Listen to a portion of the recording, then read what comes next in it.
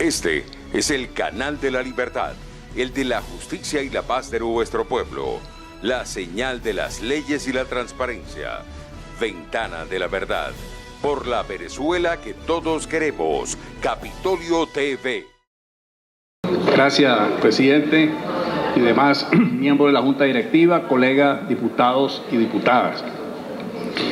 Este caso, esta situación actual en relación con el Esequibo y su remisión a la Corte Internacional de Justicia, con todos los detalles que los colegas diputados han venido diciendo en el transcurso de esta exposición, se evidencia la historia, la crónica, por decir así, de un hecho que nosotros veíamos sobrevenir. Es la historia de la aquiescencia, del silencio, de los actos unilaterales, de la irresponsabilidad, del dogmatismo ideológico puesto como acción de política exterior por parte de un régimen sometido a la política exterior diseñada en La Habana.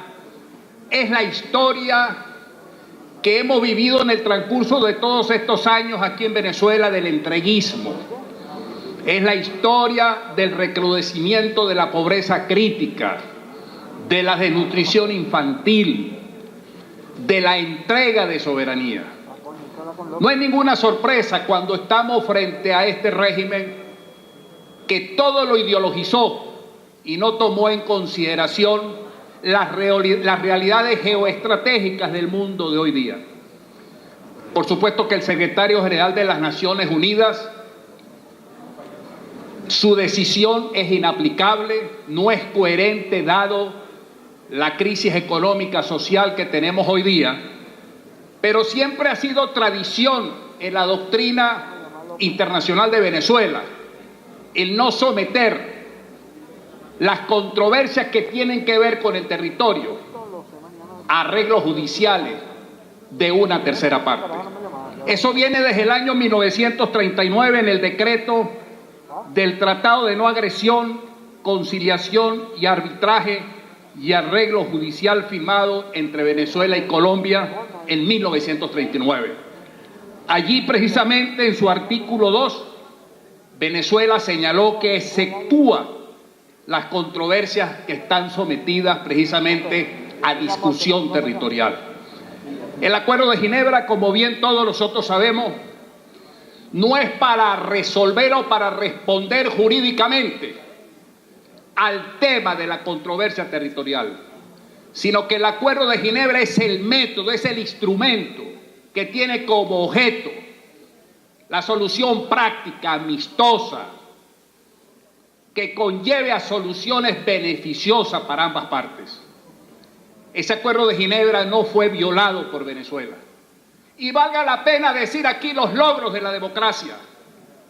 Desde por allá cuando Betancur fue presidente y después Leoni, se denunció el laudo, se firma el Acuerdo de Ginebra y precisamente el 9 de julio de 1968 el presidente Leoni decretó, o mejor dicho, sacó el decreto número 1152 relativo al establecimiento de líneas de base recta entre la franja costera atlántica venezolana ubicada entre Punta Araguapiche, en del Tamacuro y la línea divisoria del río Esequibo. ¿Por qué menciono esto?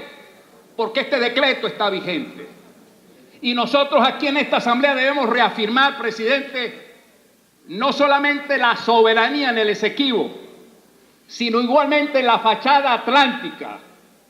Y algunos se preguntarán que dado la crisis económica y social y los problemas que tenemos en el país del hambre y de la pobreza, ¿cómo es que nosotros estemos planteando este tema de la reclamación del Esequibo y de la salida de la fachada atlántica? Pero le hablo al pueblo, a los jóvenes, al mundo. Es que allí en la fachada atlántica hay todas las riquezas del mundo.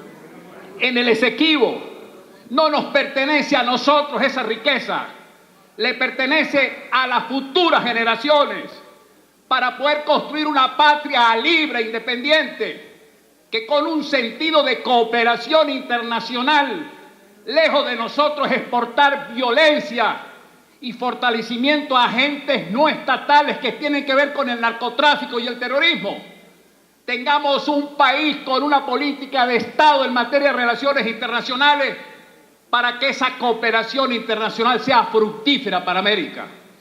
De allí nuestro mensaje a los países del Caribe, que nos estarán escuchando seguramente. Saco a colación porque en una de esas reuniones que tuvimos la Comisión de Política Exterior, entonces, en esa reunión Florido y mi persona, nos reunimos con el primer ministro de Trinidad y Tobago y nos preguntó por allá en marzo del año 2016 cuál es la posición de la Mesa de la Unidad en relación con el Esequibo.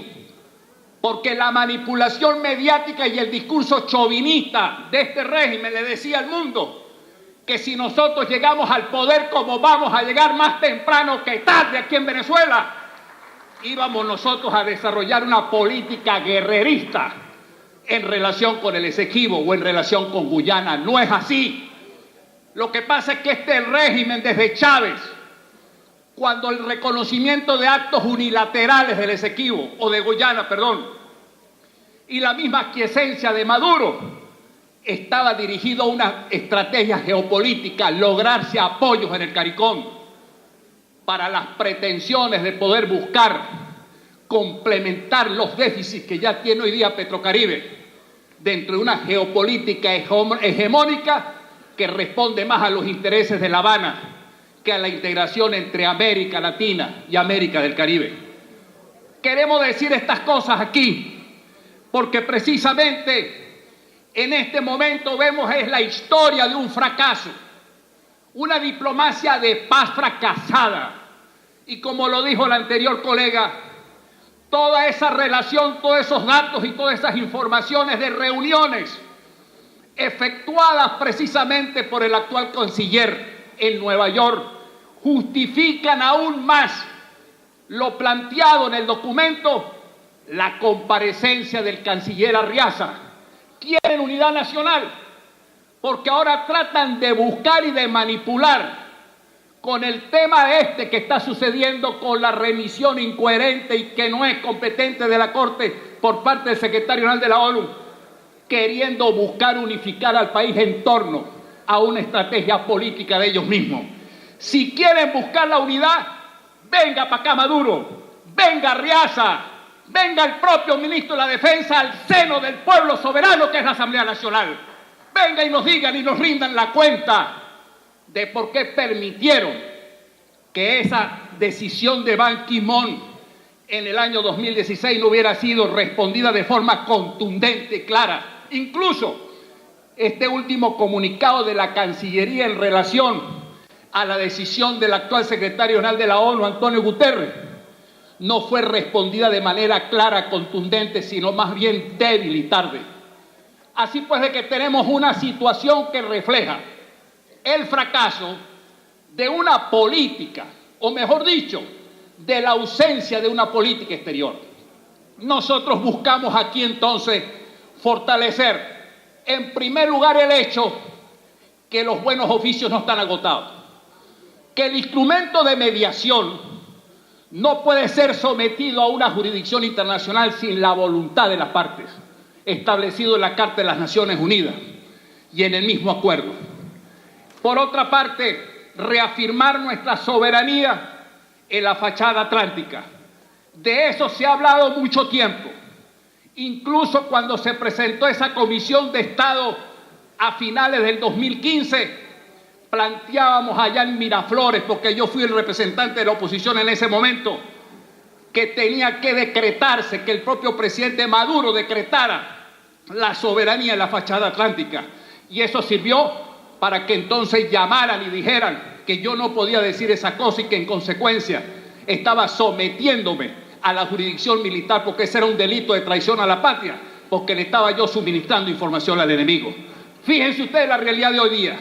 Sigue planteado esa situación. Y aquí hay una oposición clara.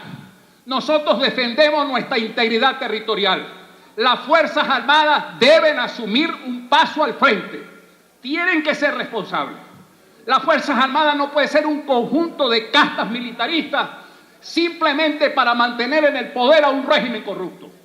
Están desdiciendo desde el mismo decreto de Bolívar cuando fijó los límites y consideraba que precisamente el territorio del Esequibo formaba parte del territorio de la Capitanía General y en consecuencia era venezolano, era de nuestra integridad territorial. Están traicionando los principios y valores de nuestra historicidad, de nuestra tradición republicana. Asuman el paso y salgan en defensa de nuestra integridad. Ustedes no pueden estar al servicio de poner los cañones direccionados al pueblo cuando el pueblo sale a la calle a protestar porque no tiene comida, ni tiene alimentos, ni tiene medicina. En consecuencia, esta asamblea se empina en su energía, en su fortaleza espiritual, porque nosotros no tenemos sangre, no tenemos horchata en nuestras venas. Tenemos sangre caliente, combativa, dispuesto a dar lo que sea para defender nuestros valores y nuestros principios. Nos formamos en democracia y la soberanía no se discute, la soberanía se defiende. Y eso es lo que está haciendo esta Asamblea Nacional en este momento, cuando reafirma su compromiso con el pueblo que nos dio el poder popular verdadero para defender los intereses de todo un pueblo explotado y oprimido, como actualmente es el pueblo venezolano. Muchas gracias. Este es el canal de la libertad, el de la justicia y la paz de nuestro pueblo, la señal de las leyes y la transparencia, Ventana de la Verdad, por la Venezuela que todos queremos, Capitolio TV.